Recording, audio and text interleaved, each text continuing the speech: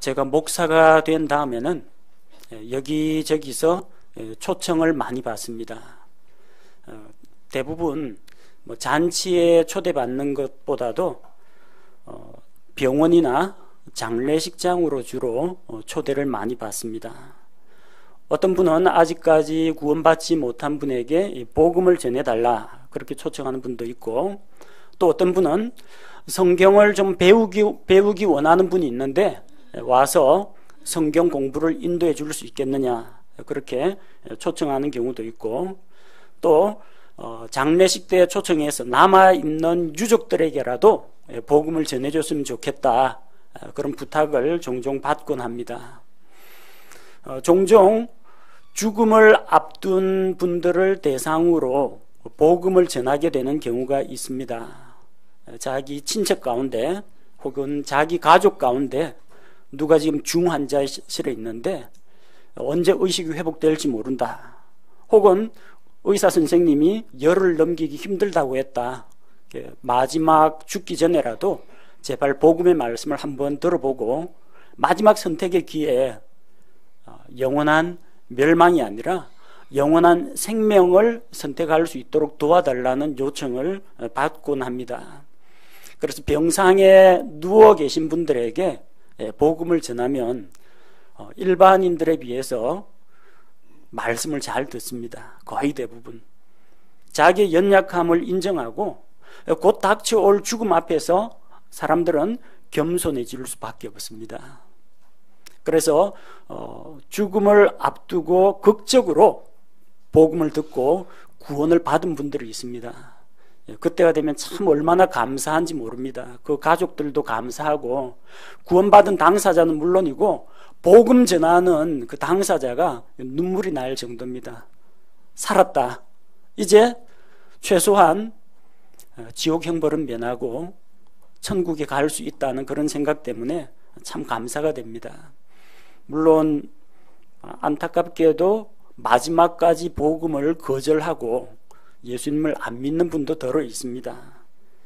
그런데 죽기 전에 극적으로 구원받은 사람들, 그런 분들 보면은 참 다행이라는 생각이 듭니다. 물론 좀 젊었을 때 진작에 예수님 믿고 구원도 받고 또 주님의 일을 하다가 상급도 풍성하게 받으면 좋겠는데 그나마 그래도 마지막 순간에 목숨은 건졌다 그러면은 다행이라는 생각이 듭니다. 오늘 우리가 읽은 본문 말씀에 나오는 십자가에 달린 한 강도가 바로 죽음 직전에 극적으로 구원을 받은 그런 사례입니다. 이 설교 내용은 제가 처음으로 목사가 된 이후에 2012년 7월 1일 날 나를 기억하소서 이런 제목으로 말씀을 전한 적이 있습니다. 이번에 십자가 설교를 준비하면서 해당 본문으로 다시 새롭게 말씀을 준비해서 아직까지 이 복음의 진리를 들어보지 못한 분들과 또 이 말씀 속에 나타나 있는 하나님의 놀라운 구원의 능력에 대해서 함께 나누고자 합니다. 본문에 기록된 십자가에 달린 한 강도가 예수님께 믿음을 고백하고 구원을 받는 이 기록은 누가복음에만 나옵니다. 다른 복음서에는 안 나와요. 요한복음에는 강도들의 이야기 자체가 나오지 않습니다. 강도들의 대화가 기록되어 있지 않습니다. 마태복음 27장 44절에는 두 강도가 모두 예수님을 욕했다고 기록되어 있습니다. 처음에는 이제 다 예수님을 욕했습니다. 도중에 한 강도가 회개하고 돌아온 겁니다. 마가복음에 보면은 함께 십자가에 못 박힌 자들도 그분을 욕했다고 합니다. 중간에 회심한 강도 이야기가 나와 있지 않습니다.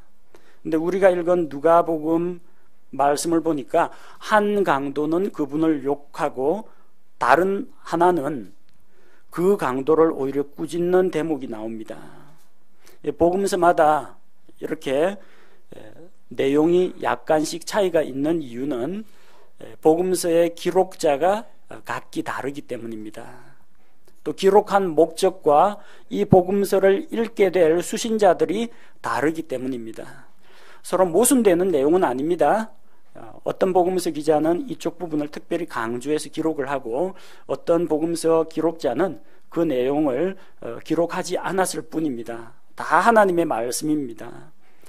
마태복음은 유대인들을 대상으로 유대인들의 왕으로 오신 예수님의 초점을 두고 말씀을 전하고 있습니다. 마가복음은 로마 사람들을 대상으로 능력이 많은 섬기는 종으로 오신 예수님을 소개합니다. 누가복음은 데오빌로라는 사람과 그리스 사람들을 대상으로 완전한 사람이신 예수님에 대해 소개합니다. 요한복음은 예수님을 믿고 있는 신약교회 성도들을 대상으로 그분이 하나님의 아들 그리스도시라는 것을 소개하고 있습니다. 이 네 가지 복음서 가운데에서 누가복음의 특징이 있습니다. 누가복음의 주제는 잃어버린 자를 구원하는 것입니다. 잃어버린 자를 구원하시는 예수님의 사역에 초점을 두고 있습니다. 누가복음 15장에 보면은 잃어버린 것을 찾는 이야기가 나오죠. 잃어버린 양을 찾는다. 잃어버린 동전을 찾는다. 잃어버린 아들을 찾는다. 이 누가복음 15장 내용은 다른 복음서에는 안 나옵니다. 누가복음 19장 예수님께서 세리들의 우두머리인 삭개오를 만났습니다. 그리고 삭개오가 회개하고 예수님을 영접하고 받아들이자 오늘날 구원이 이 집에 임하였다 말씀하시면서 사람의 아들이 온 것은 잃어버린 것을 찾아 구원하기 위함이라고 말씀하셨습니다. 누가복음 23장 34절에는 자기를 십자가에 못 박는 이 사람들을 향해서 예수님께서 그들을 위해서 기도하시는 대목이 나옵니다. 이렇게 누가복음은 잃어버린 바 된 자, 하나님을 떠난 자, 길 잃고 방황하는 자, 그런 자들을 하나님께로 불러 모으는 그런 복음서입니다. 누가복음이 잃어버린 자를 찾으시는 예수님의 사역에 초점을 맞추고 있기 때문에 주님께서는 십자가에 못 박힌 두 강도 중에 둘 다 잃어버린 자입니다. 그러나 회개한 한 강도를 구원하시는 그 사건을 기록하고 있습니다. 누가복음 23장 42절에 그 강도가 예수님께 자기를 구원해 달라고 요청을 하는 대목이 나옵니다. 예수님께 이르되 주여 주께서 주의 왕국으로 들어오실 때 나를 기억하옵소서 하며 이게 거의 믿음의 고백이었습니다. 이전에 여러분이 만약 개역 성경으로 이 구절을 읽었다면 아마 좀 다르게 읽었을 겁니다. 가로되 예수여 당신의 나라에 임하실 때 나를 생각하소서 하니 우리 킹제임스 흠정역 성경과는 차이가 있습니다. 그래서 개역 그대로 읽으면 이게 도대체 무슨 믿음의 고백인지 알아보기가 어렵습니다. 왜냐하면 예수라는 것은 예수님의 사람으로서의 이름입니다. 유대인 남자들 가운데 여호수아, 호세아, 예수라는 이름 가진 사람을 수두룩합니다. 예수님에 대해서 예수여 이렇게 불렀다는 것, 이건 믿음의 고백이 아닙니다. 킹제임스 성경에 나오는 것처럼 예수님을 주라고 불러야 됩니다. 주여 주께서 주의 왕국으로 들어오실 때 그는 3번이나 예수님을 주님이라고 고백했습니다. 예수님은 창조주 하나님이십니다. 온 세상을 다스리시는 주인이십니다. 죄인들의 구세주가 되십니다. 마지막에 다시 오실 심판주가 되십니다. 우리는 인간 예수를 믿는 것이 아니라 하나님의 아들 예수 그리스도 우리의 주님을 믿는 것입니다. 그리고 예수님 보고 당신 그렇게 하는 거 옳지 않습니다. 당신이란 말이 3인칭으로 사용될 때, 당신께서 살아계실 때는, 자리에 없는 3인칭을 이야기할 때는 3인칭 극존칭으로 사용됩니다. 그런데 서로 마주보고 있는 상대방을 가리켜서 2인칭으로 너, 당신 할 때는 예사 낮춤말입니다. 한번 여러분 직장 상사나 여러분 아버지한테 당신이 뭔데? 이렇게 해보십시오. 당장에 호통을 듣습니다. 그 당신이란 말 함부로 쓰는 게 아닙니다. 자기보다 윗사람이나 높은 분한테는 당신 그러는 거 아닙니다. 강도는 예수님을 당신이라고 부르지 않았습니다. 그는 예수 그리스도를 주님이라고 불렀습니다. 또 그는 나라를 구한 것이 아닙니다. 나라가 뭡니까? 나라는 온갖 종류의 국가제도가 다 포함됩니다. 민주주의 나라도 있고요, 공산주의 나라도 있고, 전제 군주 국가도 있고, 독재 국가도 있습니다. 예수님의 나라가 무슨 나라입니까? 성경은 그것이 왕국이라고 합니다. 왕이 다스리는 나라를 왕국이라고 합니다. 그 강도는 예수님께서 왕으로서 그 왕국을 세우시고 왕국에 들어오신다는 것을 믿었다는 겁니다. 그는 예수 그리스도를 왕으로 인정했습니다. 나라가 임한다라는 것은 내려오다, 이루어지다 라는 겁니다. 누가 나라를 세운지는 도저히 알 수가 없습니다. 그러나 강도는 그것이 왕으로 오신 예수 그리스도께서 세우는 주의 왕국이라고 했습니다. 그 왕국의 소유주가 주님이라는 겁니다. 주께서 주의 왕국으로 들어오실 때, 곧 예수님이 이 땅에 메시아 왕국을 세우시고 그 왕국의 주인으로서 통치하실 때 나를 기억해 달라는 이야기입니다. 그래서 바른 성경으로 읽어야 이 강도의 믿음 고백을 우리가 이해할 수가 있습니다. 우리는 십자가에 달린 그 강도의 이야기에서 어떻게 사람이 구원을 받는지를 살펴볼 수가 있습니다. 첫 번째, 구원받기 위해서는 무엇을 해야 하느냐? 제일 먼저 하나님 앞에서 자기가 죄인이라는 걸 인정해야 합니다. 41절 말씀에 보면 우리가 행한 일에 합당한 보응을 받으니, 우리가 행한 일, 그 죄 때문에 지금 십자가에 달렸다라는 것을 인정하는 겁니다. 우리가 행한 일이 무엇입니까? 강도니까 강도짓 했겠죠. 훔치고 빼앗고 죽이고 불지르고, 이게 자기가 해온 일입니다.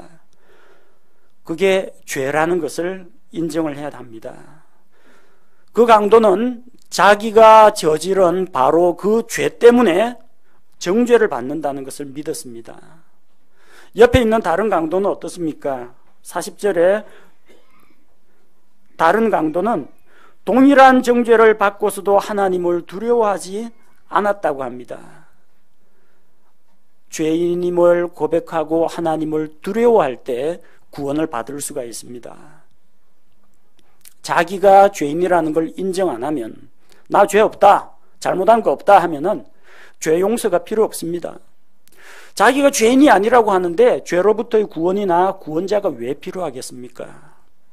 하나님 앞에 구원받고자 하는 자는 먼저 자기 죄부터 하나님 앞에 고백해야 하는 겁니다. 또한 그 죄에 대해서 심판이 있다는 것, 법의 심판뿐만 아니라 하나님의 심판이 있다는 것을 반드시 믿어야 합니다. 40절에 내가 동일한 정죄를 받고서도 하나님을 두려워하지 아니하느냐. 이 강도는 지금 로마 법정에서 재판을 받고 유죄로 확정되어 가지고 십자가형을 받은 겁니다. 그런데 그는 옆에 있는 그 다른 강도에게 하나님을 두려워하지 아니하느냐 하고 책망을 합니다. 그 강도는 자기들이 유대인들의 율법을 두려워하지 아니하느냐, 십계명에 도둑질하지 말라, 살인하지 말라, 그 명령을 두려워하지 아니하느냐, 로마 제국의 법을 두려워하지 아니하느냐, 그렇게 말하지 않았습니다. 하나님의 법 앞에서 심판받는다는 겁니다. 로마 법정 재판정에서 재판을 받고 유대인들의 율법에 따라서 어떻게 처벌을 받고 그게 끝이 아니라는 겁니다. 하나님 앞에서 죄에 대한 심판이 있다는 걸 인정해야 합니다. 41절에 그는 하나님께서 공의로 심판하신다는 것을 믿었습니다. 우리는 참으로 공정하게 정죄를 받거니와 로마 법정의 유죄 판결 말고도 하나님의 법에 따라서 마지막 심판 때에 그들은 정죄를 받게 됩니다. 그래서 자기가 죄인임을 고백하고 재판장이신 하나님께서 이 죄에 대해서 심판하신다는 것을 믿어야 합니다. 그리고 41절에 나오는 것처럼 예수 그리스도는 아무 죄가 없으신 분이라는 것을 믿어야 합니다. 41절에 뭐라고 말합니까? 이 사람은 아무 잘못도 행하지 아니하였느니라. 당시 이 강도는 밤에 어둑어둑해지면 남의 집 터는 그런 강도가 아니고요. 여기서 로마의 법에 따라서 십자가형을 받을 강도면은 로마에 대한 반역자들이나 받는 형벌입니다. 이 사람들은 이스라엘의 독립을 위해서 로마의 장교들을 암살하거나 밀란을 주도하거나 아니면 방화를 하거나 그런 강도들입니다. 그래서 로마 법정에서 제일 무거운 십자가 형벌을 받는 겁니다. 그 강도로 달려면요, 낮에 잠자고 밤에 일어나가지고 남의 집 담 넘고 동족의 재물을 훔치거나 그런 짓을 하는 것이 아니라 낮 동안에 정탐을 하러 돌아다녀야 됩니다. 세상이 어떻게 돌아가고 있는지 주변 소식들을 다 수집을 해야 됩니다. 그는 아마도 유대인으로 날 때부터 강도는 아니었을 겁니다. 어릴 때는 아마 모세 율법을 배우면서 착실하게 자란 사람이었을 겁니다. 그러나 로마의 압제를 당하는 현실을 보면서 아마 이 길로 뛰어든 모양입니다. 그는 예수 그리스도에 대한 소문을 많이 들었을 겁니다. 이스라엘 팔레스틴 땅이 그렇게 넓은 땅이 아닙니다. 다 거기서 거기고 웬만한 사람 몇 단계 거치면 그 일어나는 일들 유대 지방에 소문나면 다 알게 됩니다. 어쩌면 그는 예수님께서 말씀 전하시는 그 현장에 몇 번씩 찾아갔을지도 모릅니다. 그는 예수님에 대해서 충분히 들을 기회가 있었다는 겁니다. 그래서 이야기할 수가 있습니다. 빌라도가 말한 것처럼 나는 그에게서 어떠한 잘못도 어떠한 죄도 발견할 수 없다. 빌라도가 내린 결론입니다. 이 강도 역시 이분은 아무런 잘못도 행하지 아니하였다. 예수님은 아무런 죄가 없다는 것을 믿었습니다. 예수님은 아무 죄가 없지만 그럼에도 불구하고 지금 자기 죄 때문이 아니라 죄인들을 대신해서 십자가에서 형벌 받으신다는 것을 믿었다는 겁니다. 구원을 받기 원한다면 자기가 죄인이라는 사실과 이 죄에 대해서 하나님으로부터 심판을 받아야 하는데 아무 죄 없으신 예수님께서 자기 죄를 대신해서 나 대신 심판과 형벌을 받으셨다라는 것, 그것을 믿어야 합니다. 참으로 놀랍게도 이 강도는 부활도 믿었습니다. 42절 말씀을 보면 예수님께 이르되 주여 주께서 주의 왕국으로 들어오실 때 나를 기억하옵소서, 그렇게 고백합니다.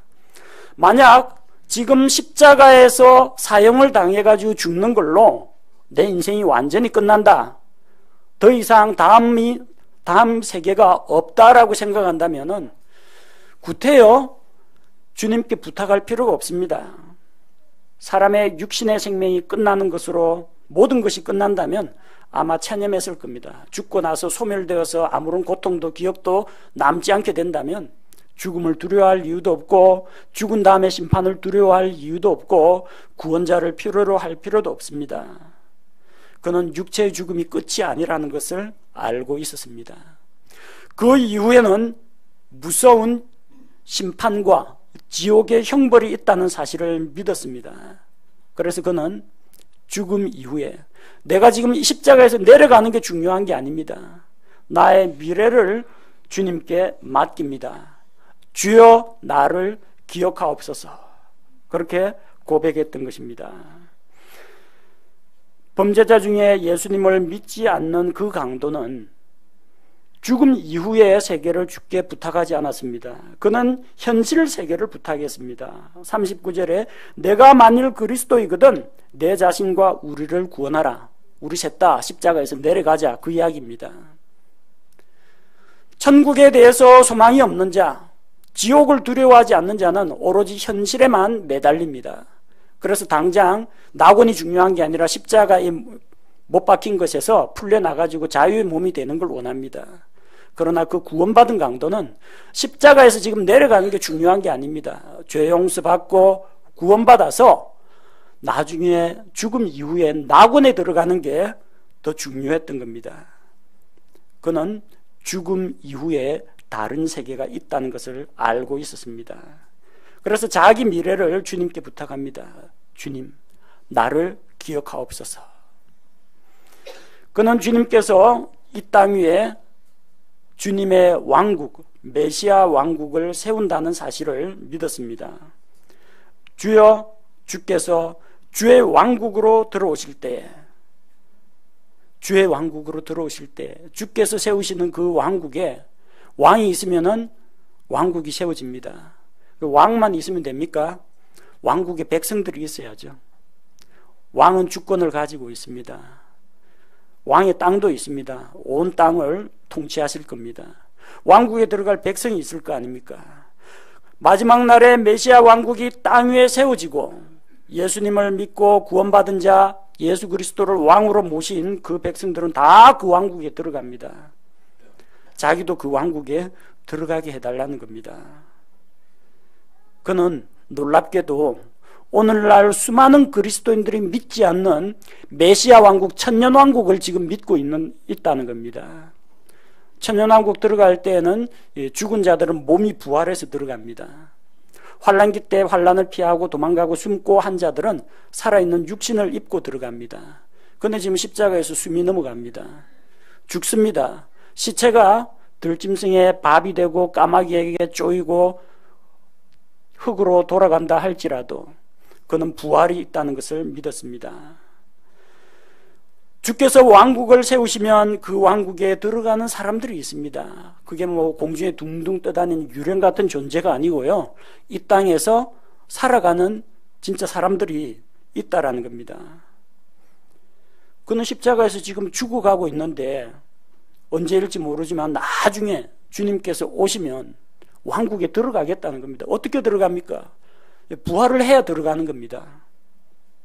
그 왕국에 들어가기를 원한다라는 그 고백은 무엇을 말합니까? 몸의 부활이 있다는 것을 믿었다는 겁니다. 놀라운 일이죠? 예수 그리스도의 죄 없으심, 예수 그리스도의 대신 속죄, 천년왕국, 부활을 믿었습니다. 대단한 믿음 아닙니까? 42절에 그는 예수 그리스도를 주님으로 믿고 고백했습니다. 그는 비록 죄인이지만 세상 법정에서도 용서받지 못할 죄인으로 십자가에 달렸습니다. 그러나 주님께서 자기를 그 죄에서 능히 건질 수 있다고 믿었습니다. 세상 법정에서는 죄에 대해서 처벌은 내립니다. 그러나 죄를 없이 하거나 사람을 죄로부터 깨끗하게 하거나 죄로부터 구원해 줄 수는 없습니다. 세상 법은 죄 지은 사람 처벌합니다. 그러나 예수 그리스도께서는 구원자로 오셨습니다. 예수님은 죄인들을 구원하실 수가 있다는 것을 믿었습니다.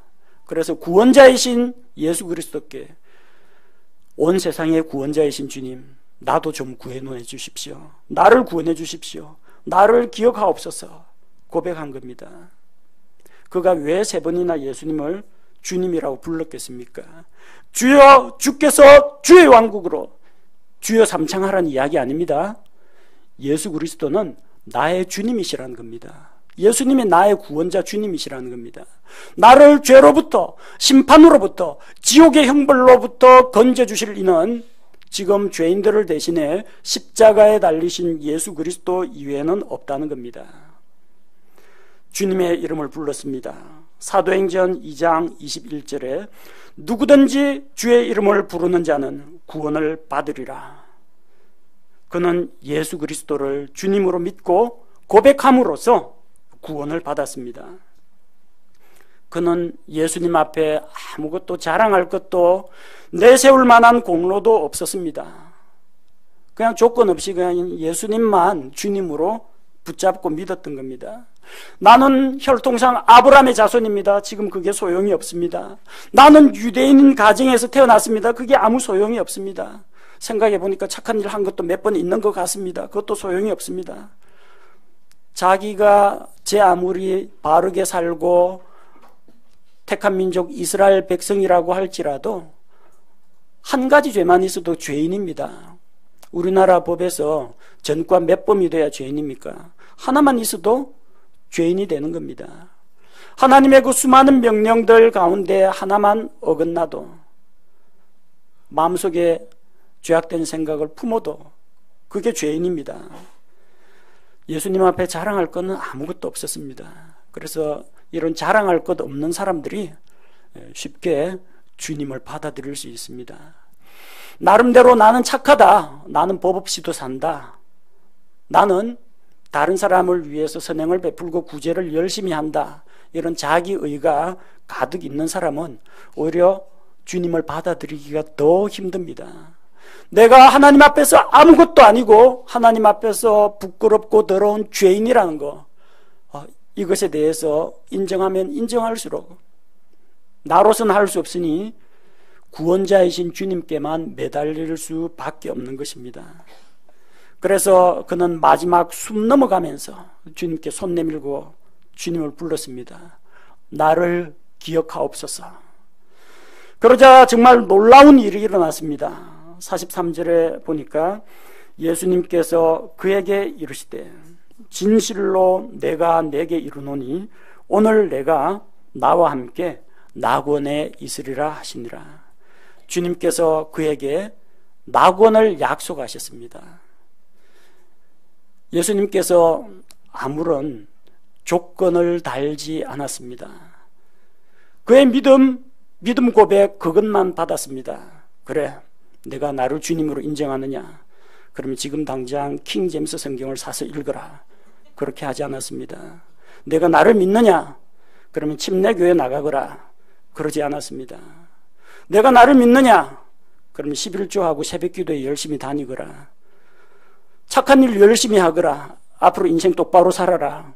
전혀 그런 조건을 달지 않았습니다. 나는 죄인입니다.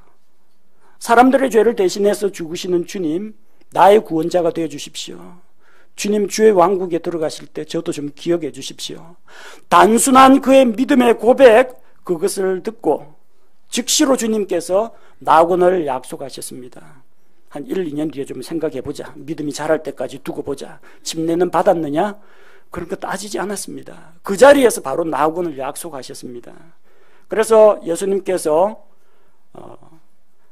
땅의 심장부에서 사흘 동안 계실 때 예수님께서 숨을 거두시면서 그분의 영은 하나님께로, 그분의 몸은 돌무덤으로, 그분의 혼은 낙원으로 갈 때, 그때 이 강도도 주님과 함께 땅속 낙원에 갔습니다.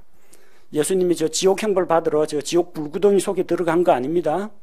예수님 뭐라고 하셨어요? 그 강도에게 나와 함께 낙원으로 가 있을 것이라고 했죠. 그 강도가 지옥불 속에 들어갔습니까? 아닙니다. 낙원 갔습니다. 그럼 예수님은 어디 갔어요? 지옥에서 뜨거운 불 속에서 우리 대신 불로 형벌 받았어요? 아닙니다. 강도 데리고 낙원에 가셨습니다.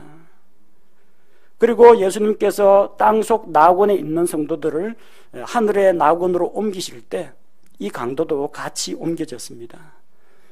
다른 구약시대의 인물들은 아마도 수백 년, 수천 년 동안에 땅속 낙원 생활하다가 포로로 사로잡혀 있다가 예수님 부활하신 이후 승천하실 때 하늘 낙원으로 옮겼는데, 이 사람은 사흘만 땅속 낙원에 있다가 예수님과 함께 예수님 승천하실 때, 위로 올라가실 때 하늘에 있는 낙원으로 옮겨졌습니다. 놀라운 복을 받았습니다. 부럽습니까? 부러워하지 마십시오. 이건 정말 극적으로 구원받은 사람입니다. 아슬아슬하게 막차 탄 겁니다. 저는 가능하면 여러분들 젊었을 때 예수 그리스도를 믿고 구원받기를 원합니다. 숨 넘어갈 때 그냥 아슬아슬하게 구원받는 것도 감사하고 은혜가 되는 일이지만, 이왕이면 젊었을 때 믿고 성경 공부도 좀 열심히 하고 주님을 위한 일도 하고 또 다른 사람들에게 복음도 좀 전하고 성도들을 섬기는 일도 하고 저 하늘나라에 보물도 좀 쌓아두고 그리스도의 심판석 앞에서 받을 상급도 많이 좀 받아놓고 그렇게 하고 세상을 떠나면 얼마나 좋겠습니까? 그러나 뒤늦게라도 죽기 전이라도 복음을 듣고 구원을 받는다면 그것도 참 은혜요 감사한 일입니다. 십자가에 달린 강도와 오늘날 좀 내로라 하는 이 학자들 그리고 부자들 이런 사람하고 비교하면은 인간적으로 볼 때는 이 강도가 별로 보잘것없는 사람입니다. 별 잘한 것도 없고 내세울 것도 없고 흉악한 죄인 아닙니까? 그러나 하나님의 시야에서 볼 때는 사람들은 죄인이라는 게 다 거의 도토리 키재기입니다. 조금 죄 많이 지은 사람이 있고 조금 덜 지은 사람이 있고 조금 적게 지은 사람이 있고 아주 극악무도한 죄인이 있고 조금 가벼운 죄를 저지른 사람이 있을 망정 다 죄인이라는 사실엔 변함이 없습니다. 그런데 마지막 순간에라도 주님을 만나고 구원을 받으면 참 감사한 일이죠. 오늘날 왜 많은 사람들이 십자가에 달린 강도는 이렇게 단 한순간에 구원을 받았는데 왜 구원받는 걸 그렇게 힘들어합니까? 어떤 사람들은 예정론을 믿고 하나님이 창세전에 나를 택해 주셔야 되는데 하나님이 나를 택해 주시지 않아 가지고 내가 구원 못 받았다 생각합니다. 하나님이 어떤 사람은 믿으라고 믿음을 주고 어떤 사람은 믿음을 안 주는 것이 아닙니다. 믿음은 우리의 선택입니다. 하나님이 해주시는 것은 구원에 이르는 길을 닦아주시는 겁니다. 예수 그리스도의 십자가를 통해서 하나님께로 나아가는 길을 열어주시는 것이 하나님의 은혜입니다. 이 하나님의 은혜로운 말씀을 듣고 그 길을 걸어가는 것은 우리 각 사람의 몫입니다. 믿음은 우리 자신의 선택의 문제입니다. 하나님의 부르심과 초청에 하나님의 은혜로운 부르심에 우리가 긍정적으로 반응을 보이는 것이 믿음이라는 겁니다. 사람들이 주님을 믿지 못하는 이유는 하나님이 믿음을 안 주셔서 그런 게 아니라 자기 스스로 예수 그리스도를 부인하기 때문입니다. 왜 사람들이 주님을 믿지 못하느냐? 자기가 죄인이라는 사실을 인정하지 않기 때문입니다. 사람들은 남의 죄는 잘 지적합니다. 근데 자기 자신의 죄에 대해서는 관대한 경향이 있습니다. 십자가에 달린 그 구원받지 못하는 강도 보십시오. 그 당시 사람들 중에서는 좀 흉악범에 속합니다. 십자가형 받을 정도면. 그런데 십자가에 달린 그 강도는 자기가 지금 죄 때문에 십자가에 달려가지고 형벌을 받고 있음에도 불구하고 뭐 이야기합니까? 예수님을 욕합니다. 자기 죄를 깨닫지 못하고 예수님을 욕하고 비난한다는 겁니다. 자기 죄에 대해서 인정 안 하는 겁니다. 사람들은 자기 기준으로 죄를 판단하기 때문입니다. 그러나 죄를 판단하는 기준은 오직 하나님의 말씀입니다. 이 세상에 법과 도덕에 거리낌이 없다라고 할지라도 하나님의 말씀에 비추어 보면, 하나님의 공의에 비추어 보면 죄인 아닌 사람이 없습니다. 다 죄인입니다. 구원받은 강도처럼 하나님의 말씀을 통해서 자신의 죄를 깨닫고 회개해야만 구원자이신 주님께로 갈 수가 있는 겁니다. 왜 못 믿습니까? 자기 죄를 인정 안 하기 때문에 구원자도 필요 없는 겁니다. 이 자기가 몸이 어디가 안 좋고 아프다라고 의사 선생님 앞에 가서 제가 어디 몸이 속이 안 좋습니다 하고 증상을 이야기해야 이 진료를 해줄 텐데, 의사 양반 내가 자네보다 더 건강해, 내 병은 내가 잘 알아, 이러는 사람한테는 치료를 해줄 수가 없습니다. 주님 앞에 나와서 자기 죄를 인정하지 않으면 구원받을 수가 없습니다. 또 왜 사람들이 예수님을 믿지 못합니까? 이 세상의 삶이 인생의 전부요 끝이라고 생각하기 때문입니다. 다음 세상을 믿지 않습니다. 그저 살아있는 동안에 열심히 일하고 착하게 살고 가족들과 함께 누릴 거 다 누리고 인생을 즐기다가 죽으면 그것으로 끝이라고 생각하는 사람들이 너무나 많습니다. 그러나 히브리서 9장 27절에는 우리가 한 번 죽는 것은 사람들에게 정해진 것인데 그 다음에는 반드시 심판과 형벌이 기다리고 있다고 합니다. 죽은 다음에 심판과 형벌이 있다는 사실을 인정하지 않는 사람은 믿을 필요가 없습니다. 믿고자 하질 않습니다. 구원자이신 예수 그리스도를 누가 믿을 수 있습니까? 내가 죄인이고 이 죄 때문에 심판과 영원한 형벌이 있다라는 것을 내가 믿을 때 그리스도를 필요로 하게 됩니다. 또 많은 사람들이 구원받지 못한 이유가 있습니다. 구원받기 위해서는 하나님 앞에 뭔가를 자기가 해야 한다고 생각하기 때문입니다. 저 돌부처 앞에 가가지고 비나이다 비나이다 하면서 1000번씩 절을 하거나 아니면은 베드로 성당을 무릎으로 기어 올라가면서 고행을 하거나 혹은 자기 재산을 팔아서 구제하는 일에 쓰면서 선행을 많이 하거나 뭔가를 해야만 하나님께서 나를 받아주실 거라는 잘못된 생각 때문입니다. 예수님 믿고 구원받으라고 하면은 나는 아직까지 그렇게 하나님만 보시기에 착한 사람이 아니기 때문에 공덕을 좀 더 쌓다가 하나님 앞에 나아가겠다고 합니다. 그러나 우리 자신의 선행이나 우리 자신의 의는 하나님 보시기에 다 더러운 누더기와 같습니다. 하나님께서는 죄인들에게 있는 모습 그대로 오라고 합니다. 자기가 가진 죄인의 모습 그대로 나와서 하나님 앞에 죄를 고백하고 이 무거운 죄의 짐을 예수 그리스도께 다 맡기고 자유를 얻으라고 하십니다. 십자가에 달린 그 강도를 보십시오. 하나님 앞에 내세울 만한 것이 없습니다. 그가 언제 교회 나와가지고 침례를 받았습니까? 그가 언제 선교 활동을 하루 돌아다녔습니까? 이 강도가 언제 착한 일들을 많이 해서 공덕을 쌓았습니까? 다 필요 없습니다. 강도는 착한 사람도 아니었고 선행을 많이 한 것도 아니고 율법을 잘 지킨 것도 아니고 교회 수십 년 다니면서 헌신 봉사를 한 것도 아닙니다. 근데 왜 구원받았습니까? 자기가 죄인임을 인정하고 예수 그리스도를 주님으로 받아들였기 때문입니다. 다른 거 없습니다. 구원자이신 예수 그리스도를 전심으로 의지하고 자기 죄의 짐을 모두 다 맡겨버리고 그분을 주님으로 받아들여야만 구원받을 수 있습니다. 너무나 쉽고 너무나 간단합니다.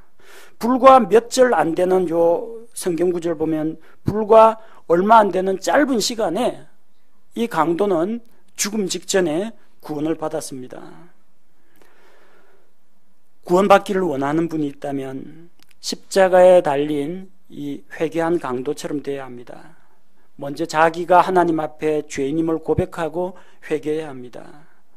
아무 죄 없으신 예수님께서 자기 죄 문제를 대신 담당하고 대신 죽으신 것을 믿음으로 받아들여야 됩니다. 그리고 그 예수님을 자기의 구원자 주님으로 받아들여야 됩니다. 십자가에 달린 강도는 그래서 숨이 끊어지기 직전에 극적으로 구원받았습니다. 모든 사람이 다 이렇게 극적으로 구원받는 것은 아닙니다. 죽기 전에 믿으면 되지 않느냐, 아직 시간은 많다, 그런 분들이 있지만 오는 데는 순서가 있지만 태어날 때는 순서가 있지만 갈 때는 순서가 없습니다. 우리가 언제 죽을지는 아무도 알지 못합니다. 좀 더 나이 들고 인생 경험 더 하고 좀 즐기다가 믿겠다라고 하는데 나이가 들수록 오히려 마음이 더 완고해지는 분들도 더러 있습니다. 그래서 이 강도처럼 나도 그 강도처럼 극적으로 죽기 직전에, 숨 거두기 직전에 살아있을 때 해보고 싶은 거 마음껏 다 하고 다 저지르고 죽기 직전에 구원받았으면 좋겠다라는 그런 생각을 가지신 분이 있다면 그런 착각에서는 빨리 깨어나야 합니다. 물 들어왔을 때 노저라는 말이 있듯이 문 열렸을 때 들어와야 합니다. 노아의 방주의 문은 열려 있었습니다. 하나님께서 홍수 심판하실 때 하나님께서 그걸 닫으셨습니다. 그 문 열려 있을 때 그 몇백 년 동안 구원받고자 원하는 자는 들어오면은 살 수가 있었는데, 하늘에서 큰 비가 내리고 홍수가 나고 방주문이 닫혔을 때 제 아무리 두드려봐야 소용이 없습니다. 하나님께서 죄인들에 대해서 오래 참고 기다리십니다. 그러나 무한정 오래 참으시지는 않습니다. 하나님은 공의의 하나님이기 때문에 반드시 언젠가는 심판하실 겁니다. 하나님께서 오래 참고 기다리시며 구원의 문을 활짝 열어놓았을 때 바로 그때가 바로 구원받기 좋은 때입니다. 구조하기 좋은 때입니다. 골든타임입니다. 이 골든타임 넘어가면은 정말 위태위태해집니다. 복음을 전하려고 하는데 의식이 없어요. 말을 못 알아들어요. 숨은 안 끊어졌지만 어떻게 합니까? 이게 말소리가 들리는지 안 들리는지, 복음의 내용을 전달하지 못하게 되면. 문 열었을 때 들어와야 합니다. 기회 있을 때 믿어야 합니다. 고린도후서 6장 2절에서 그분께서 이르시되 받아주는 때에 내가 내 말을 들었고 구원의 날에 내가 너를 구조하였노라 하시나니 보라 지금이 받아주시는 때요 보라 지금이 구원의 날이로다. 언제가 하나님께서 받아주시는 때입니까? 이 말씀을 듣고 있는 바로 지금이라는 겁니다. 언제가 구원의 날입니까? 바로 지금입니다. 이 말씀을 듣고 있는 지금 바로 이 순간이 구원받기 참 좋은 때입니다. 기회 지나가기 전에, 개인의 종말이나 이 세상의 종말이 찾아오기 전에 예수 그리스도를 구원자로 받아들여야 합니다. 내일은 너무 늦습니다. 너무 늦기 전 오늘 바로 지금 예수 그리스도를 구원자로 믿고 받아들이십시오. 구원받는 거 힘들지 않습니다. 십자가에 달린 강도처럼 자기 죄를 고백하고, 그리고 자기 죄를 대신해서 대신 십자가에서 죽으신 그 예수 그리스도를 믿고 그분을 자기의 구원자로 영접하시기 바랍니다.